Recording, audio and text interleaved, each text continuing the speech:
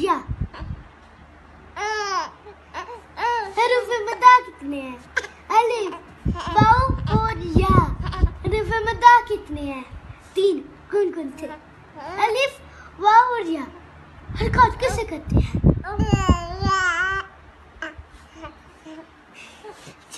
जी ठीक है। तन्वीन किससे कहते हैं?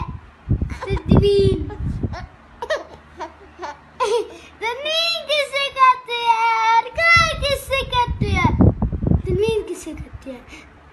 2 से 2 पे इसको तन्वीन कहते हैं। 2 से 2 पे इसको तन्वीन कहते हैं।